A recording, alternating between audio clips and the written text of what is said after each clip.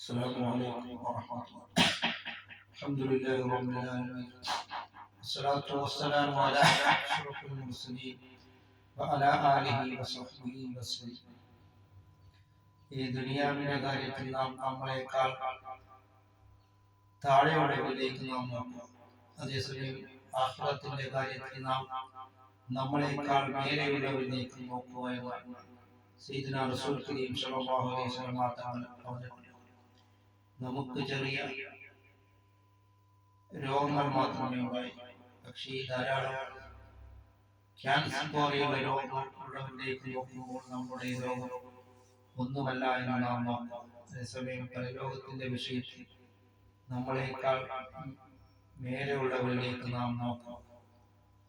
അങ്ങനെ നാം അല്ലാഹുവിലേക്ക് നാം മടങ്ങുകയും ഓരോ സെക്കൻഡ് സമയവും കബറിലേക്കുള്ളതാണ് എന്ന് നാം മനസ്സിലാക്കേണ്ടതാണ്. റസൂൽ കരീം സ്വല്ലല്ലാഹു അലൈഹി വസല്ലം തങ്ങളെയും വഴിപ്പെട്ട് നാം ജീവിക്കുവാൻ നാം ശ്രമിക്കും. അതുകൊണ്ടാണ് സയ്യിദുനാ റസൂൽ കരീം സ്വല്ലല്ലാഹു അലൈഹി വസല്ലം തങ്ങൾ പറയുകയുണ്ടായി, ഒരു വലിയൊരു സുപ്രയിലേക്ക് കുറെ ആൾക്കാരെ ക്ഷണിക്കുകയുണ്ടായി. അതിൽ പങ്കെടുത്തവരെല്ലാം സ്വർഗത്തിൽ പ്രവേശിച്ചു.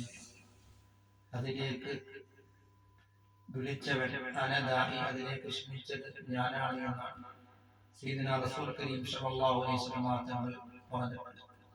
ആ ഭക്ഷണ പദാർത്ഥങ്ങളും വെള്ളവുമെല്ലാം സജ്ജീകരിച്ചത് അല്ലാഹു റബ്ബുൽ ആലമീൻ, ലോകരക്ഷിതാവായ അല്ലാഹു തആലയാണ്.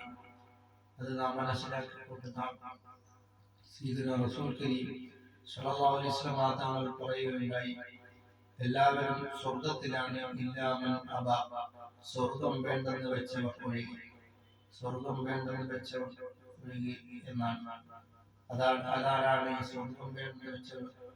അതായത് തോന്നിയതുപോലെ ജീവിച്ചു കഴിഞ്ഞാൽ നമുക്ക് സ്വർഗം ലഭിക്കുകയില്ല. എല്ലാ തെറ്റുകുറ്റങ്ങളിൽ നിന്നെല്ലാം നാം മാറി നിന്നെങ്കിൽ മാത്രമേ നമുക്ക് സ്വർഗം ലഭിക്കുകയുള്ളൂ. ഇസ്ലാമിന്റെ ശരീഅത്തുകൾ അതേപടി അനുസരിച്ച് ജീവിച്ചെങ്കിൽ മാത്രമേ നമുക്ക് സ്വർഗത്തിൽ പ്രവേശിക്കുവാൻ കഴിയുകയുള്ളൂ. അതുകൊണ്ട് നാം അല്ലാഹുവിലേക്ക് നാം മടങ്ങുക. അല്ലാഹു തആല സ്വർഗം കരസ്ഥമാക്കുന്നവരുടെ കൂട്ടത്തിൽ അല്ലാഹു തആല നമ്മളെ ഉൾപ്പെടുത്തുകയും സയ്യിദുനാ റസൂൽ കരീം സ്വല്ലല്ലാഹു അലൈഹി വസല്ലം തങ്ങളോടൊപ്പം നാളെ ജന്നാത്തുൽ ഫിർദൗസിൽ അല്ലാഹു തആല നമ്മളെ ഉൾപ്പെടുത്തുകയും ചെയ്യുമാറാകട്ടെ.